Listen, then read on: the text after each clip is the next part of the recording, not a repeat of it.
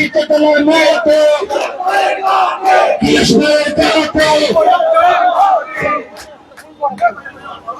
আজকে সবার সম্মানিত সভাপতি, মঞ্চে উপবিষ্ট আমার প্রাণপ্রিয় নেতৃবৃন্দ, সমবেত ফরিদপুরের আমার শ্রদ্ধেয় মুরব্বিয়ান, ছাত্র, যুবক, কৃষক ভাইরা, আসসালামু আলাইকুম। আমি জানি না কোন প্রান্ত থেকে আমার বক্তব্য শুরু করব, তবে বারবার সরওয়ার আলমগীরকে জিজ্ঞেস করছিলাম যে আমার সময় কষ্ট, কারণ মাগরিবের আজান হবে। সে আমাকে বলছে আপনি বক্তৃতা চালায় যান। ভাই বন্ধুরা, ফটিকছড়ি যে জনসভা আমার দেশে ফেরার পথে আজকে হলো প্রথম। আমি কোথাও এখনো জনসভায় যাইনি। রাউজানে আমি গিয়েছি, এটা একটা পথসভা ছিল, জনসভায় নয়। আজকে বন্যা দুর্গত এলাকায়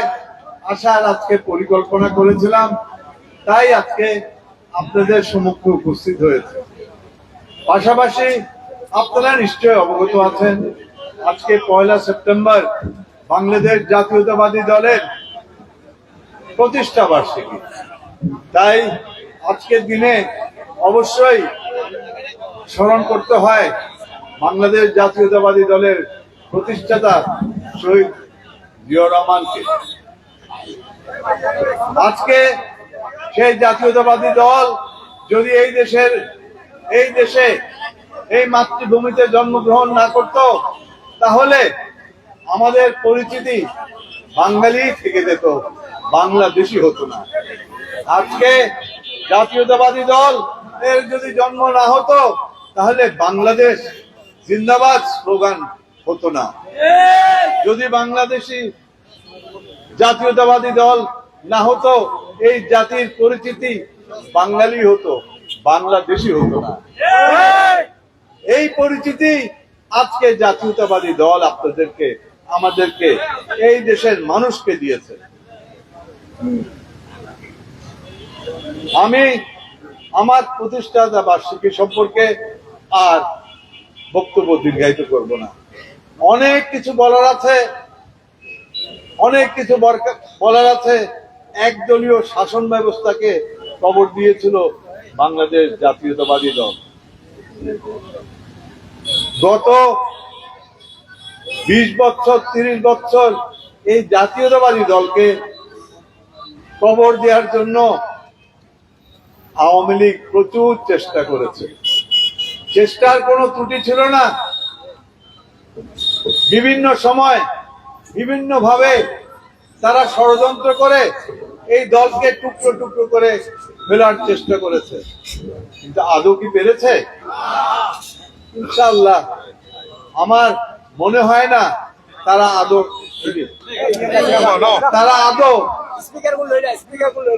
সার্থক হবে।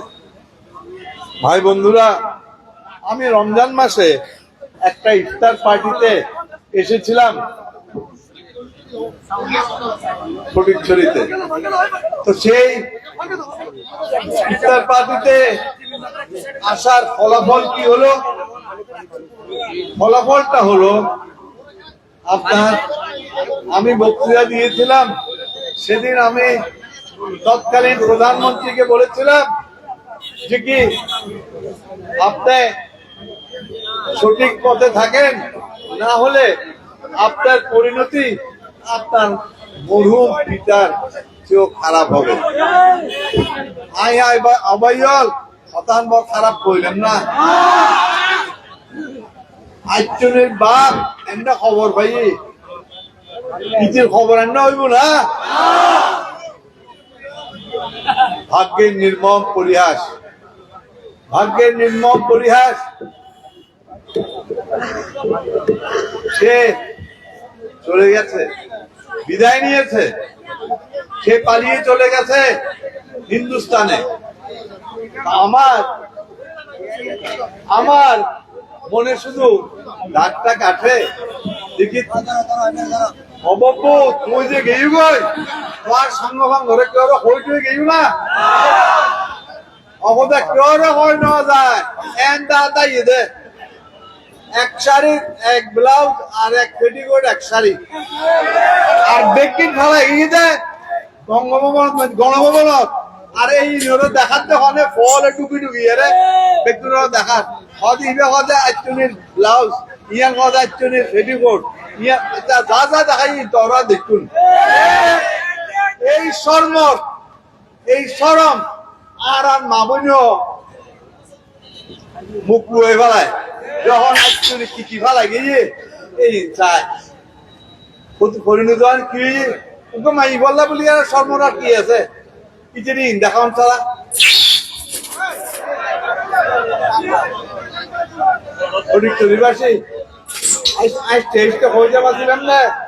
আর ভাই রফিক করে রফিক এবার আসছি আল্লাহ মাহমুদ জানে এবার কেস কন্যান খাইম যাই হোক বাস্তবতা হলে এই আর অন্যায় ন করি অন্যায়ের আশ্রয় ন লই আর আর গুম খুন এইসব মধ্যে জড়িত নোয়াছিলাম এটা লাবুলিয়ার আল্লাহ রাব্বুল আলামিন আর এখনো বাঁচা রেখি যদি আগাম কুখা মারা হচ্ছেন আর আর পরিণতি হইলে হইত ভাই হল স্বাধীনতা আপনারা পেয়েছেন পুনরায় স্বাধীনতা এই দেশ এর মানুষ পেয়েছে গত 5 তারিখে ত্যাগ তিতিক্ষার কোন কমতি ছিল না 1000-2000 লোকেরও বেশি প্রাণহানি হয়েছে আহত হয়েছে রক্তক্ষরণ হয়েছে একটা কথা অবাইয়র অনার হই অপারেশন করলে অস্ত্রোপচার হইলে রক্ত তো ন্যূনতম বাইর হয় বাইর নয় যে কোনো সময় ছোট খাট হোক বড় খাট হোক ডাক্তারের অপারেশন করলে রক্তক্ষরণ হয় একটা বিপ্লব একটা অস্ত্র প্রচার তারপরে রক্তক্ষরণ বাংলাদেশে এই বিপ্লবের পরে আদৌ কোনো রক্তক্ষরণ হয়েছে কেউ দেখাতে পারবে কোনো রক্তক্ষরণ হয় নাই এটা কি প্রমাণ করে আমরা বাংলাদেশিরা একটা সহনশীল জাতি হ্যাঁ কিছু বন্য চোরদের থেকে আমরা পকেট হাতাইছি মতাই না আর পয়সা হলে পকেট হাতাই তো নিচে মৃত্যু কেন দোহাই লাগে আজিয়া ফটিক চরিদাসী দিয়ে ওনার কাছে অনুরোধ করিবার লাই এই বন্য চোর হলো পকেট হাতাই এদের বৈধতা নদী তাদেরকে বৈধতা দেওয়ার কোনো প্রয়োজন নেই রাউজেন্দ্র বলে আইয়ারে রুয়ে রই দেন অন্যায় ফটিক চলে উনি দিয়ে দিই মানুষের মুখে মুখে অনার বলে এমপিউ আছে যে ইতে যাই হেরে রুয়ে রই বলে জুনিয়া চোরালেন দে জুনিয়া চোরা কম বুঝুন না রাউজানের এমপিউ দে মানুষ হাত দে হতে রাউজান বেড়া হলেন মধ্যে রুয়ে দেখছে বেরিয়ে বিহার ডেকে মানুষ হাত যাই হোক যে এজেন্ডা লুয়ে যাইব তা হোক কিন্তু গাতত্তুন আজি যেন খালি বাইরন করিবই পুলিশের বিচার পুলিশে করিব আইনের বিচার আইন করিব সবাই হল কিছু এই সবাইহলর গণতোলার প্রয়োজন আছে একখান রাস্তা 5 বার অনুমোদন পাই রাস্তা একখান অনুমোদন পাই 5 বার সবার জানান যে অনুমোদনের টাকা গেল কই এই লে বুঝে খাইবে লাভ দেয় উদয় প্রজেক্ট আসতে আছে লে বুঝে খাইতে আছে এই অনুরে অবশ্যই গণতোলার দরকার আছে বুঝপুর দেওয়া অনাথ মনে আছে না ঘটনা একটা রইলে এই বুঝপুর নাই ন জানে কি নই এর নামে আল্লাহ মেহরবানিতে আলো 3 কেস দিব আয় মনত কষ্ট না ভাই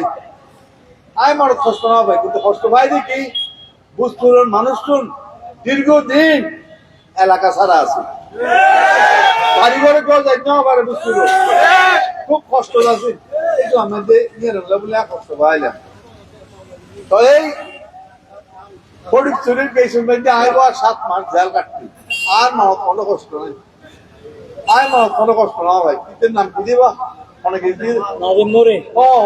মুজে মুজে মুড়ি মুড়ি মুড়ি বা কোটিপতি কোটিপতি কিন্তু বলে আরে কি নিতে দিব আশা আচ্ছা ইয়ার মিশানো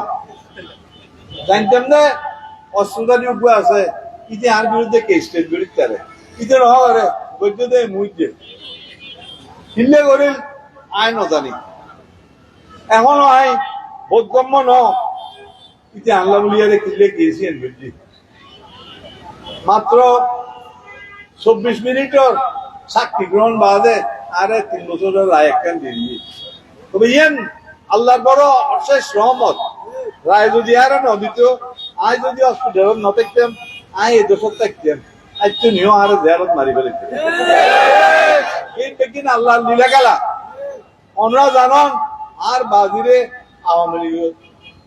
জেলত মধ্যে ওর হইতে হইব আর ভাই ওর কথা হইতে গেলে আর সুবিধে পানি ওরে ফাঁসি দিয়ে আওয়ামী লীগের দল দিশা মধ্যে শেষ দেখা করতেন গে আরো আসে এসে অর্ধেক তো চেহারাটা রাখা রাখা আর কোনো উত্তর নদীর আমি বই রই ও আর টানিয়ে রে বইরতুন বিয়ে করাই আর বেড়ে ধরে অর্ধেক তুই চিন্তা নকরিস আর হয়তো কিছু হইতো না তো কথাই মনত করে আজিয়ে হয়তো মারিয়ে যখন ইতারে আদালত তোলে আর বাইও চেহারা আর বাই উঠে আর বাই ও রেবে মারিয়ে রক্তাক্ত অবস্থা ফটো মেলে ফেলাই আচ্ছা আর তো বিচার জনক পত্রিকারও আছে পত্রিকার বাইতেও র উঠে আর বাই উঠে যে এই সময় তো